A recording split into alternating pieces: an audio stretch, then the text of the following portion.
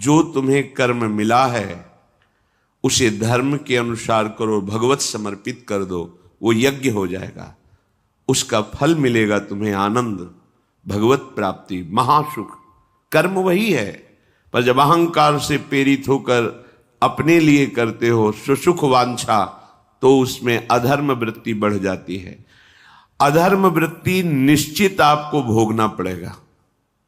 यदि भगवान की शरण में हो जाओ, अबलो नशानी अबना नशई हो, वो कृपा करे तो सब क्षमा हो जाए। वो कह रहे हैं कि हम तो हम सर्वपापेभ्यो मोक्षयिष्यामि मा शुचा। नहीं तो आपका जो कर्म प्रकाशित नहीं हुआ है और आपने पाप कर्म किया वो गुप्त है, वो नष्ट नहीं हुआ, वो भयंकर रूप रख के तैयार है, अपने समय पे तुम्हें नष्ट कर देगा। एक 45-50 वर्ष की अवस्था के थे, अब उनको ज्ञान हुआ कि हमारे द्वारा बहुत अधर्म हुए हैं, अब सब छोड़ो, अब सत् कार्यों में लगो। तो उनके सामने एक स्वर्णकार का मकान था। वो बहुत ही कपटपूर्ण व्यवहार करता था, भोले भाले लोगों को असली स्वर्ण लेकर के केवल स्वर्ण का लेप करके अलंकार बेचता। अगर कोई जानता तो कुछ राज कर्मचारियों को अपने ले दे के अधीन किए हुए था और उसको कुछ नहीं होता। तो जो राज कर्मचारी उसके रहस्य को जानते थे वो रात में ड्यूटी देते थे। उन लोगों ने सोचा कि इतना धन इसने इकट्ठा किया है, अगर हम इसको मार देते हैं और इसका स्वर्ण ले लेते हैं तो कोई रिपोर्ट करने वाला भी नहीं होगा और हम बहुत धनी हो जाएंगे। अधर्माचरण करने वाला कभी सुखी नहीं हो सकता। स्वर्णकार अधर्म आचरण कर रहा था तो उसके अधर्म आचरण में सम्मिलित होने वाले राज कर्मचारियों ने उसे मार दिया, उसका स्वर्ण ले लिया, धन ले लिया और उसे एक बॉक्स में बंद करके वो निकल ही रहे थे कि वो जो धर्म पे चलना ठाना था उन्होंने देख लिया। बाहर निकले, उनका ये क्या है, अब वो तो फंस गए क्योंकि बॉक्स में उसकी लाश थी और सब बैग झोला में स्वर्णाभूषण धन था। उन्होंने तुरंत उसको कहा, आवाज मत दीजिएगा, देखो हम तुम्हें हिस्सा दे देंगे, ये जो धन हमारे पास है इसको हम 3 हिस्से में बांट लेंगे और इसको हम नष्ट कर देते हैं, कोई जानेगा नहीं, हम राज कर्मचारी हैं, किसी तरह का फसाव नहीं होगा। उन्होंने कहा, ये मैं अधर्म का कार्य नहीं कर सकता, मैं तो अब हल्ला मचाऊंगा, सबको बुलाऊंगा और बताऊंगा कि तुमने इसकी हत्या की है और इसका धन अपहरण कर रहे थे। अब राज कर्मचारी, उन्होंने सोचा हमारी ड्यूटी भी जाएगी, धन भी जाएगा, सजा भी मिलेगी। दोनों ने इशारे में ही बात कर ली और हल्ला मचा के दौड़ पड़े, पकड़ो इसे, पकड़ो, जाने न पाए। उसे पकड़ लिया, लोग इकट्ठा हुए, क्या हुआ, देखो ये धन अपहरण करके जा रहा था, इसकी हत्या कर दी। तो हम लोग गश्त लगा रहे थे तो हमें शंका हुई, आए तो देखा ये पकड़ा गया, जो धर्म से चल रहा था उसको पकड़ लिया। अब तो प्रमाण, राजकर्मचारी खुद गवाही देने के लिए तैयार, उसे बंद किया गया, मुकदमा हुआ।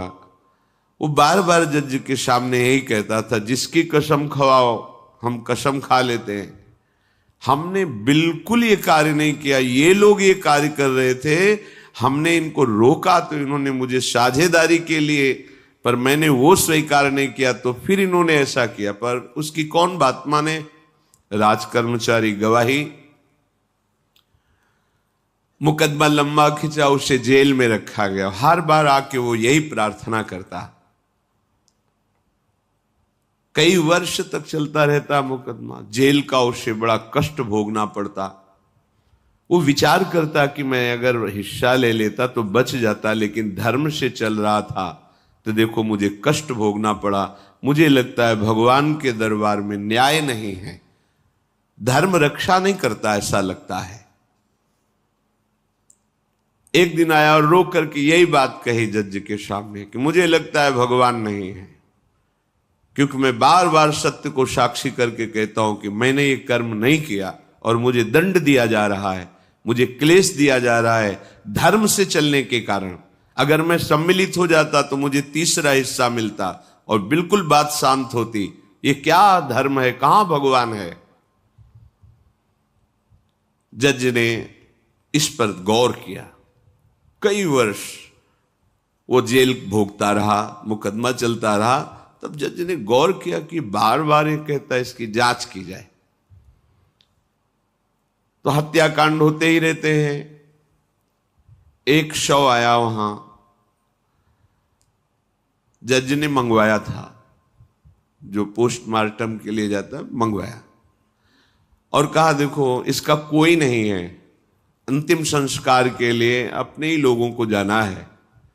तो 2 कर्मचारी जो थे सरकारी, जो स्वर्ण चोरी में सम्मिलित थे, उनको और उसको कहा कि बस तुम थोड़ी देर नदी के किनारे बैठे रहना, हम और लोगों को लेकर के आते हैं। और एक आदमी को छुपा के बैठा लिया और राज कर्मचारी नदी के किनारे शव को लेकर बैठे। उसको देखा जिसको बहुत कष्ट दिया जा रहा था, सारा आरोप उसके ऊपर था, जो धर्म से चल रहा था। उसे कहा माना नहीं ना, अगर मान लेता तो तीसरा हिस्सा भी मिल जाता, बात वहीं खत्म हो जाती है। देखा, फंसा दिया, तेरे को आजीवन कारावास मिलेगा, कोई नहीं बचा सकता तेरे को। मेरी बात नहीं मानी, कह रहा था हल्ला मचाऊंगा, ऐसा वैसा, अब भोग। तो जज के द्वारा जो एकांत में बैठाला हुआ आदमी था, उसने पूरी बात सुनी। इसीलिए ये नाटक रचा गया था। तीनों को बुलाया और कहा तुम निर्दोष हो उस धर्मात्मा से। स्वयं इनकी आवाज से हमने सुना, ये कह रहे थे जो तुम बात कह रहे थे। तो उसने कहा कि ये तो ठीक है, अब निर्णय ठीक कर दिया, लेकिन अब कई वर्षों से मैं दंड भोग रहा था, ये कौन सा न्याय है? किस अपराध के कारण? मैं तो धर्म से चल रहा था, इसमें किंचन मात्र मेरा कोई अपराध नहीं था। फिर कई वर्ष से मैं सजा क्यों भोग रहा था? बार बार प्रताड़ना, नाना प्रकार के कष्ट क्यों भोगा मैं?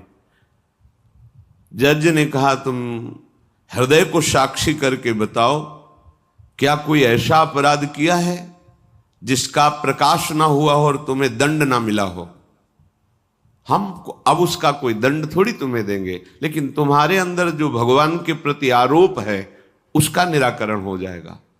उसने कहा हाँ, यौवन अवस्था में मैंने किसी स्त्री को ऐसा ऐसा, और वो विरोध करने पर भी उसे मार दिया और आज तक बात कोई प्रकाशित नहीं हुई। तो बोले फिर भगवान को क्यों दोष देते हो? वो कर्म तुम्हारा दंड अगर मिल जाता तो नष्ट हो जाता, वो कर्म सुरक्षित है।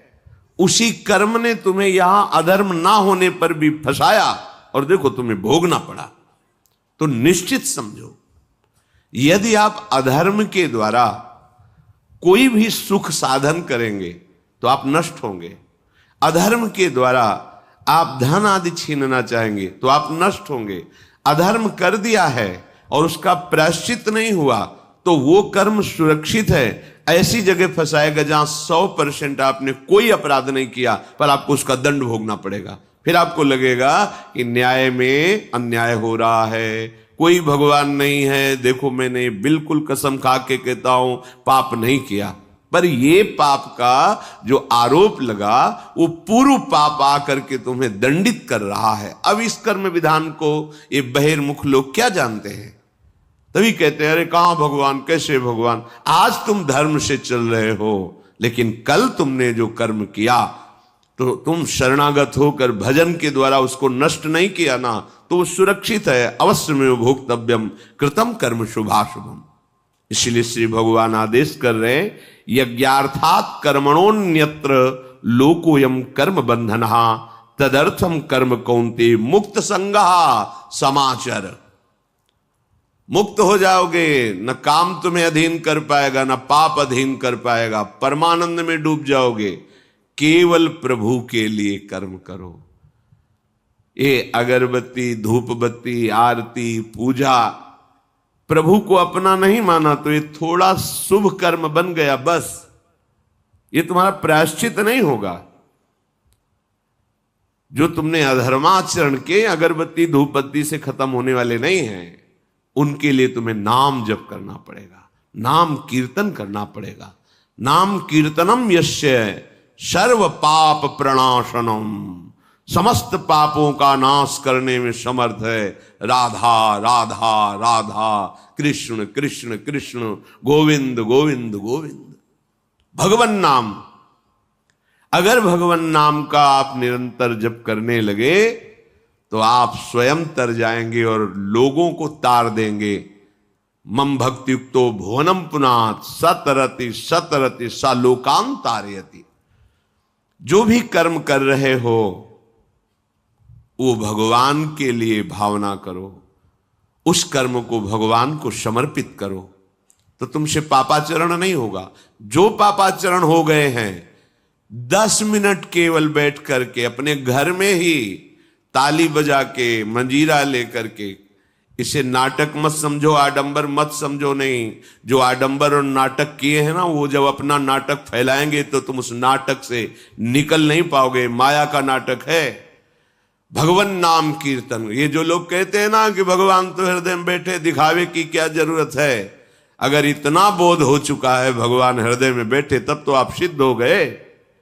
केवल वाणी से बोल रहे हो, मन मानी आचरण कर रहे हो, दुर्गति को प्राप्त हो रहे हो, तो है ना सबके हृदय अछत विकारी, पर सकल जीव जग दीन दुखारी। सबके हृदय में बैठा है, पर दुर्दशा रोक रहा है क्या वो? क्यों? क्योंकि तुम केवल बातों से कहते हो सबके हृदय में बैठा है। ऐसा अनुभव किया? अगर ऐसा अनुभव किया तो व्यभिचार किसके साथ करते हो, चोरी किसकी करते हो, हिंसा की, कपट किससे, द्वेष किससे? बस केवल बातों से बात नहीं बनती। ये कर्म बातों से नष्ट नहीं होता, इसके लिए अनुष्ठान करना होगा नाम का। चाहे जैसी परिस्थिति हो, चाहे जो हो, जैसे भी हो, तुम्हारा मंगल होगा। अहोबत स्वपचतो गरियान यज्जिभ्यागे वर्तते नाम तुभ्यम। वो नीच आचरण करने वाला, अभक्ष पदार्थ खाने वाला भी यदि भगवान नाम उच्चारण करता है तो परम पावन हो जाता। अहो, आश्चर्य की बात! बड़े बड़े प्रायश्चित जिसे पावन नहीं कर सकते, भगवान नाम उसे पावन कर देता है। जय शीत हरिवंश विचार के मनुज देह गुरु शरण गही, सकई तो सब पर पंच तजी कृष्ण कृष्ण गोविंद कही। कृष्ण कृष्ण गोविंद क्या जाता है? हम तो ये नहीं कह रहे कि तुम नहा के जपो, तुम ऐसा को, जैसे हो जहां हो, गोविंद गोविंद राधा राधा राधा वल्लभ श्री हरिवंश, तुम पावन हो जाओगे प्यारे। तुम्हारी दुर्गति, तुम्हारी विपत्ति, तुम्हारी उन्नति में जो बाधक कर्म है उनको नष्ट करो। किसी से भीख मांगने की जरूरत नहीं, कृपा की। अगर नाम जप नहीं तो कहीं भी भाग के चले जाओ, देख लो तुम्हें क्या मिलता है। नाम जप करो, तुम स्वयं देने वाले बन जाओगे। मांगना मिट जाएगा जन्म जन्म का। विश्वास करो, जैसे भी हो। नहीं छोड़ पा रहे गंदी बातें, शुरू करो। नाम को तो अंदर लाओ, वो तुम्हें इतनी सामर्थ्य देगा, सब छूट जाएगा, सब छूट जाएगा। विश्वास करो। आज तक जितने बड़े बड़े ऊंचाई के पद पर पहुंचे हुए महात्मा हैं, सबके मूल में नाम पाया गया। निरंतर नाम जप, निरंतर अभ्यास करने से होता है। विश्वास करो, इसके बराबर न तीर्थ याटन है, न कोई अन्य साधन है। नाम कलयुग केवल नाम आधारा, सुमिर सुमिर नर उतर ही पारा। जिसने नाम का आश्रय ले लिया महासुखी हो गया। पर जब तक तुम्हारे पाप कर्म भस्म नहीं होते, तब तक तुम्हें आनंद नहीं मिलेगा। इसलिए विश्वास करके दीर्घ काल तक सम्मान पूर्वक, आदर पूर्वक हृदय में नाम जप करो। जब पाप वासनाएं नष्ट हो जाएंगी, पाप प्रवृत्ति नष्ट हो जाएगी, तब आनंद की धारा, तुम्हें कोई भी विपत्ति, कोई भी संकट परास्त नहीं कर पाएगा। प्रश्न होता है कि हम बहुत प्रयास करते हैं पर सफलता नहीं मिलती। प्रयास को कहते हैं पुरुषार्थ, और सफलता नहीं मिली उसको कहते हैं प्रारब्ध।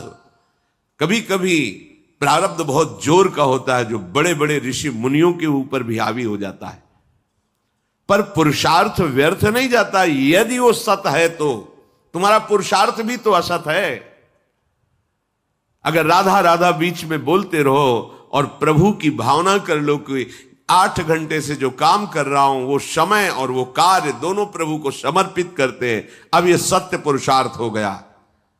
अब प्रारब्ध को बदलने की सामर्थ्य आ गई तुम्हारे पुरुषार्थ में। खिलवाड़ नहीं है जो तुम एक भी कर्म करते हो, वो कर्म सुरक्षित है, वो तुम्हें दंड दे के रहेगा या तुम्हें सुखी करके रहेगा। असत है, पाप है तो दंड देगा, सत है, सुकृत है तो सुखी करेगा।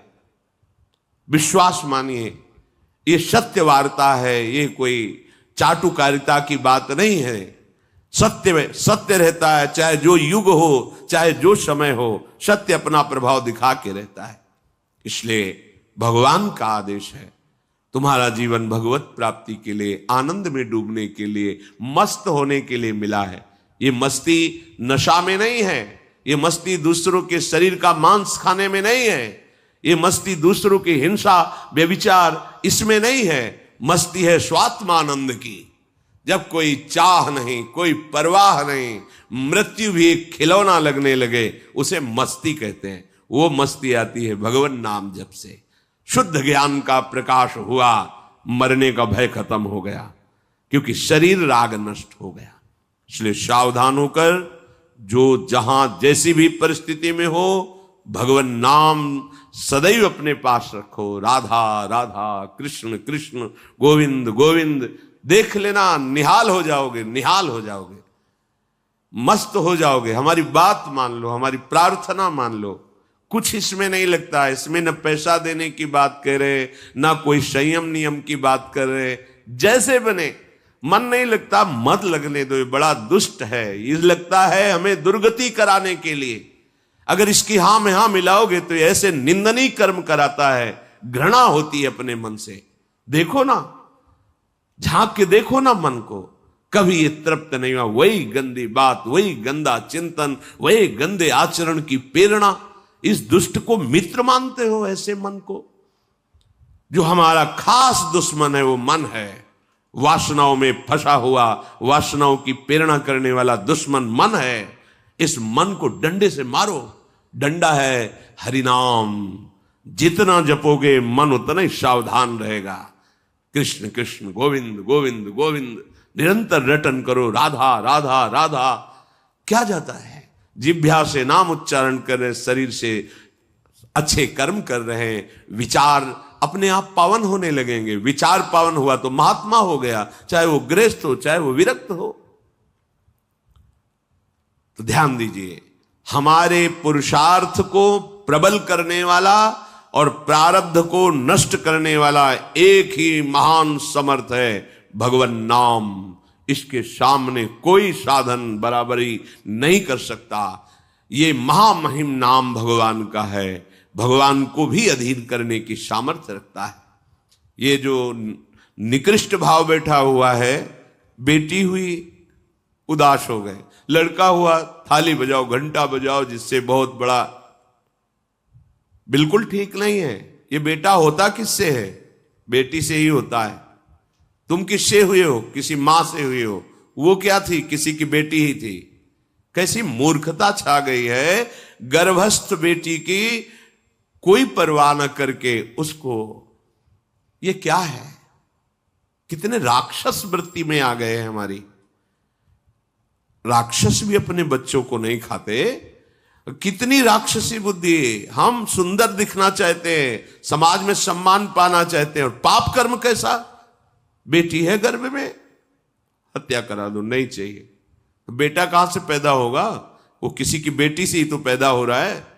कैसी मूढ़ता छा जाती है।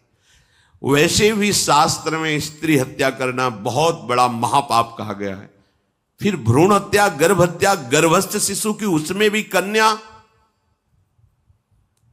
सर्वनाश। इसके बाद फिर रोते हैं, हमने कौन सा पाप किया, भगवान ने हमारा पुत्र छीन लिया। कौन सा पाप किया, भगवान ने ऐसा कर दिया। अरे अपने डायरी में तो लिखा करो कि तुमने कौन से पाप किए हैं। फिर जब परिणाम आवे तो सोचोगे तो लगेगा बहुत हल्के में निपाट रहे हैं भगवान, हमें तो बहुत कष्ट मिलना चाहिए। कैसी कैसी निर्दयता बैठ गई हो। हम मनुष्य कहलाते हैं, सदगृहस्थ कहलाते हैं, गर्व से चलते हैं। और गर्भस्थ शिशु की हत्या करते हैं। मान जाओ, ना सत्संग सुन रहे हो, ना शास्त्र स्वाध्याय कर रहे हो, इसलिए तुम्हें पता नहीं कि तुम कौन सा पाप कर रहे हो। ऐसे ये पाप, कुछ पाप ऐसे हैं जिनको वज्र की लीक कहा गया। वज्र की लीक में मिटाल नहीं सकते, तुम्हें भोगना पड़ेगा।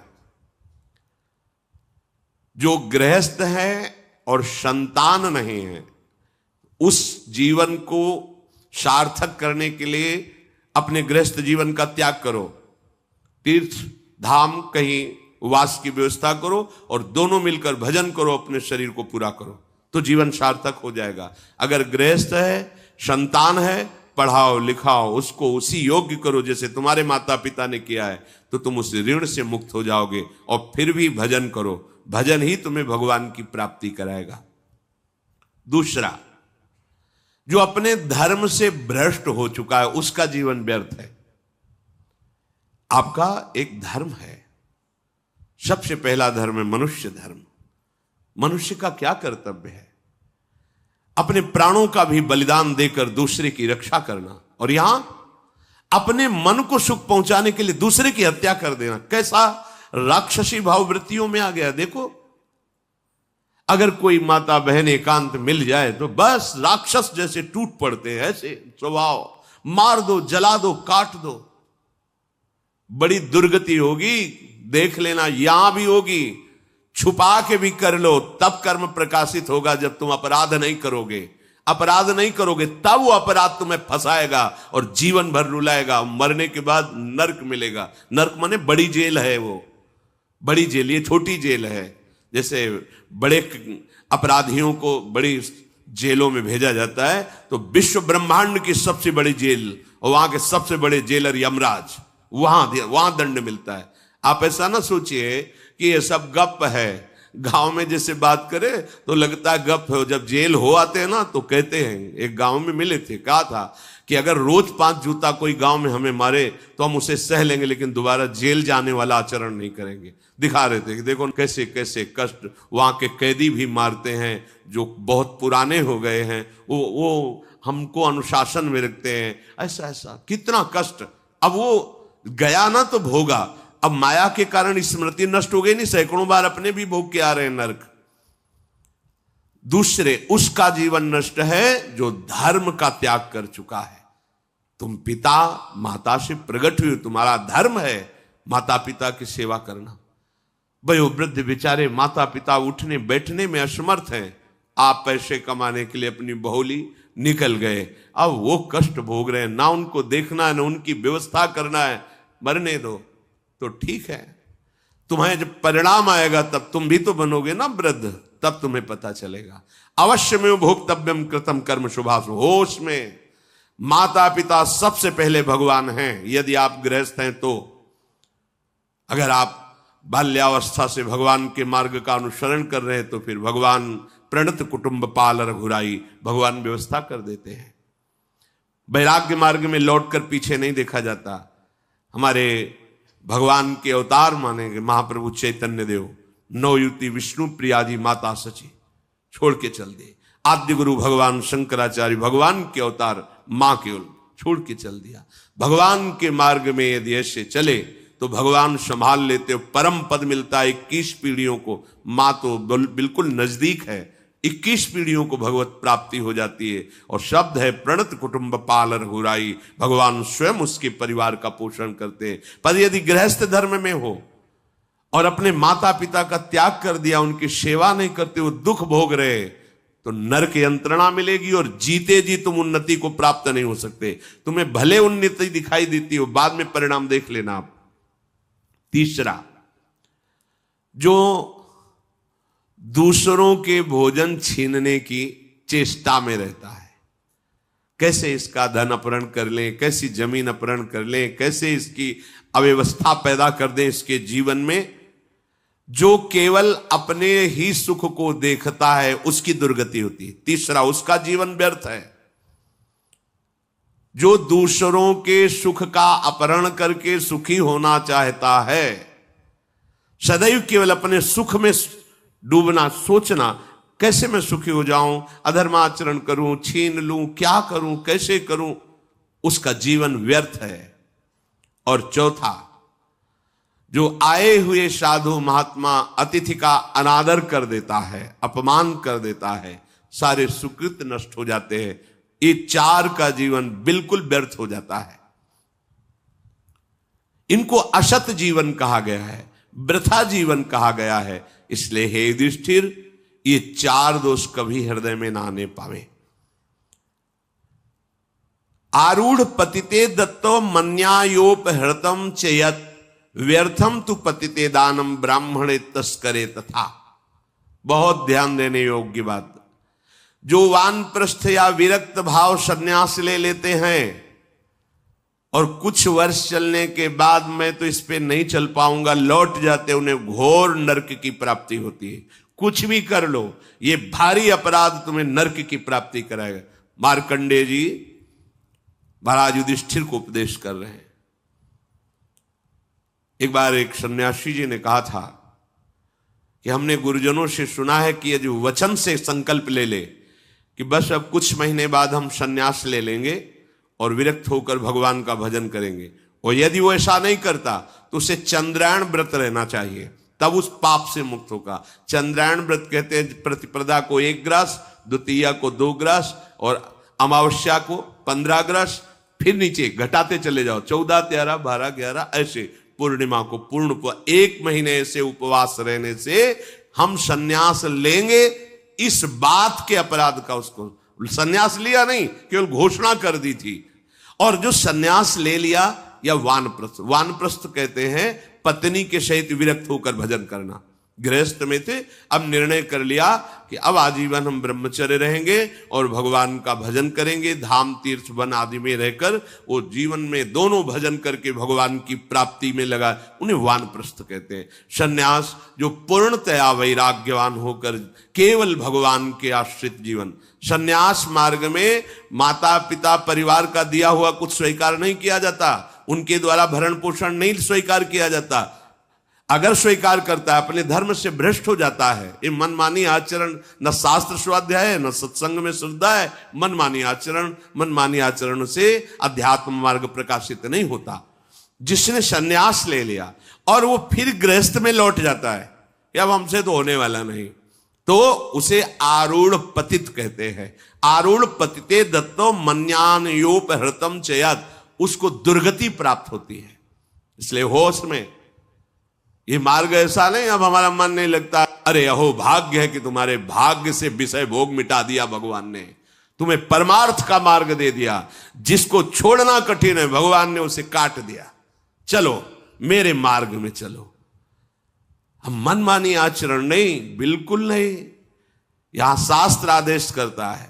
ऐसे नहीं होना चाहिए कि 4 दिन हुए कपड़ा उतार दिया, कपड़े बदल लिए, 5वें दिन फिर उसी पोशाक में। तो जानते हो इससे क्या होगा? जीवन भर कुछ कर लो, दुर्गति प्राप्त होगी। तस्मात् शास्त्रम प्रमाणम ते कार्य, ये कानून है। कानून में फंस गए तो सजा निश्चित होगी। ये भागवतिक कानून जैसे एक राजकीय कानून है, तो ये भागवतिक त्रिभुवन का कानून है। त्रिभुवन में कहीं यही कानून काम करेगा। अलग अलग देश का कानून है, लेकिन ये त्रिभुवन का कानून है, विश्व का कानून है, ये भगवदीय कानून है। अगर इसमें फंस गए तो निकलना मुश्किल हो जाएगा। बहुत शास्त्र के अनुसार चलो। तो जो वानप्रस्थ या सन्यास लेकर के पुनः गृहस्थ धर्म से युक्त हो जाता है, उसकी दुर्गति निश्चित हो जाती है। आप तुम वो कर ही नहीं पाओगे।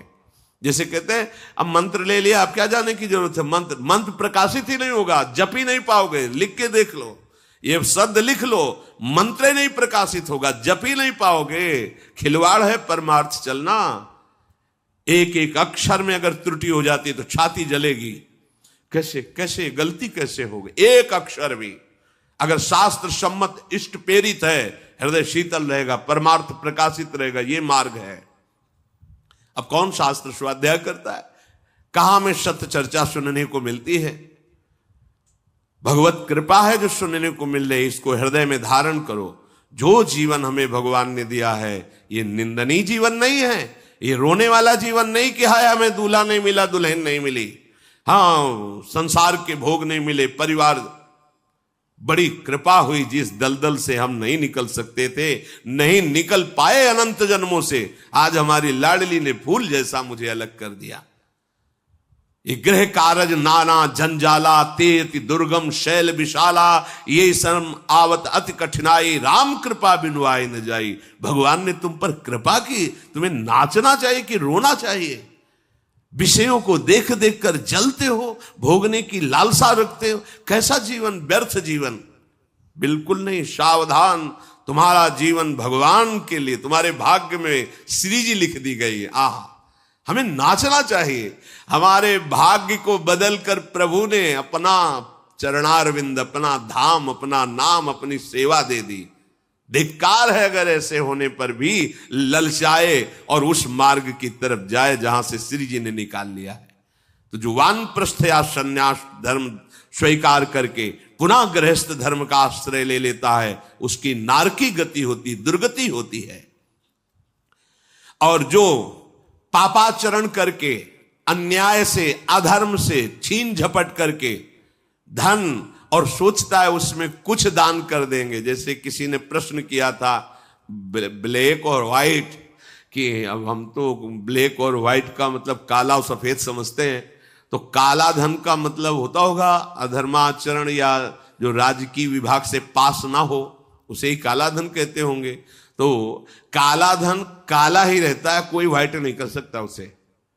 जमा कर लो, एक समय आएगा कि ट्रक में लद के सब चला जाएगा, तुम भी लद के चले जाओगे। अगर वो समय ना आया तो यमराज के दूत तुम्हें ले जाएंगे, सब यही पड़ा रहेगा। होश में चलो। दान किसे कहते हैं? खूब मेहनत करो, धर्म से कमाओ, फिर उससे एक रोटी की व्यवस्था किसी की भी कर दो, उसे सतदान कहते हैं। लाखों बेईमानी से कमाए, अधर्म आचरण से दूसरों को चूस चूस के ऐसा दुख दे कर, फिर सोचा कि लाख में 10,000 दे देते हैं, व्हाइट हो जाएगा। व्हाइट नहीं हो जाएगा, ये और तुम्हारे ऊपर आक्रमण कराएगा, क्योंकि जिनको दे रहे हो उनकी भी बुद्धि तो भ्रष्ट होगी, तो तुम्हारा धर्म बनाना, हाँ, व्हाइट नहीं होगा, फाइट होगी। मार पिटाई शुरू करवाएगा, वो ऐसे आचरण करवाएगा, जहां जाएगा वहां खोपड़ी फोड़ेगा, उसका परिणाम जब आपके आएगा तो आपकी खोपड़ी फूटेगी। व्हाइट तो तब हो सकता है जब व्हाइट चलो। व्हाइट का तात्पर्य होता प्रकाश, श्वेत, ये लक्षण सतोगुण का। सात्विक भाव से चलो, मेहनत की कमाई से, पसीना चुहा के खूब मेहनत किया और फिर किसी को दिया, तुम्हारा परिवार उन्नतिशील रहेगा, तुम्हें लोक परलोक में सुख प्राप्त होगा। अन्याय से कमाए हुए धन का दान पतित कर देता है, पतित कर देता है। अब इसमें एक उपाय है, मुझे पता नहीं था, प्रमादवश मेरे से गलती हो गई, कभी जीवन में गलती नहीं करूंगा, अब सुधार के लिए करो, हो जाएगा। मुझे पता नहीं था, मैंने कभी सुना ही नहीं था, बस यही था कि धन प्राप्त करूं, धन प्राप्त करूं, और गलती हो गई। अब मुझे पता चला कि मैंने गलत किया है, तो अब लो नशानी, अब ना नशे करो, गौ सेवा, संत सेवा, ठाकुर सेवा, गलती आगे से नहीं करूंगा। ये एक सूत्र बहुत बड़े, अबलो नशानी अबना नशे, ये सबको पावन कर देता है, सब कुछ पावन कर देता है। पर ये ऐसा नहीं कि हम 100 कमा रहे हैं बेईमानी से तो 10 देते रहेंगे तो 90 व्हाइट होते रहेंगे, ऐसा कदापि कहीं नहीं लिखा। ये शास्त्र है, तस्मात् शास्त्रम प्रमाणन्ते। कई बार लोग प्रश्न करते हैं इस विषय का, ध्यान से सुन लो। अन्याय से कमाया हुआ धन अगर उसे हम दान भी करते हैं तो वो पतित ही करेगा, गिराएगा ही, किसी काम का नहीं है। आगे वर्णन कर रहे हैं कि धर्म से कमाया हुआ दान अगर ऐसे को दोगे तो वो भी व्यर्थ हो जाएगा। कैसा? मिथ्यावादी, पापाचरण करने वाला, झूठ बोलता है, पापाचरण करता है, और आप उसे दान कर रहे हैं, बाद में वो पाप करेगा तो उसका फल आपको मिलेगा। उसके पाप के बढ़ावे में आप साझेदार हुए, आपका जो दान था उसके पाप में बढ़ावा देगा, आपको उसको साझेदारी का फल भोगना पड़ेगा। कृतज्ञ, जो दूसरे के किए हुए को उपकार को नहीं मानता, अभिमानी और मदिरा पान करने वाला, अब आपसे पैसा लिया, शराब पिया, गंदे आचरण किए, आप उसके हिस्सेदारी बने। ऐसा थोड़ी दान की कोई मांग रहा है दे दो, बहुत पात्र और अपात्रता का निर्णय करके दिया जाता है। ऐसे नहीं कि मांग रहा है तो देना ही पड़ेगा, नहीं, हमें अधिकार समझ में आवे कि हमारे द्वारा दिए हुए धन का सदुपयोग हो रहा है, वहां पात्र देख करके धन आदि का दान किया जाता है। जो पतित हो चुका है, जो अधर्म व्यवसायी है, जो तमोगुण से आवृत रहते हैं और अंदर क्रोध भरा रहता है, अहंकार पूर्वक दान करते मेरा सम्मान हो, ऐसे का दान ही नहीं स्वीकार करना चाहिए। ऐसे का दिया हुआ दान व्यर्थ हो जाता है, उसे निश्चित अन्य योनियों में जाके कष्ट भोगना पड़ता है। तामसी अहंकारी दान करने वाला परिणाम में दुख ही भोगता है। मैंने दिया, ये मैंने बनवाया, ये मैंने किया, ये तमोगुण का लक्षण अहंकार है। श्रेष्ठ मंत्रवेत्ता सतमार्ग में चलने वालों को दैन्य होकर छुपा कर दान देना, ये उत्तम लोगों की प्राप्ति कराने वाला है। देखना है, धर्म से चलता है। हम जो धन देंगे उसका धर्म में प्रयोग होगा। मंत्रवेत्ता है, निरंतर मंत्र का अनुष्ठान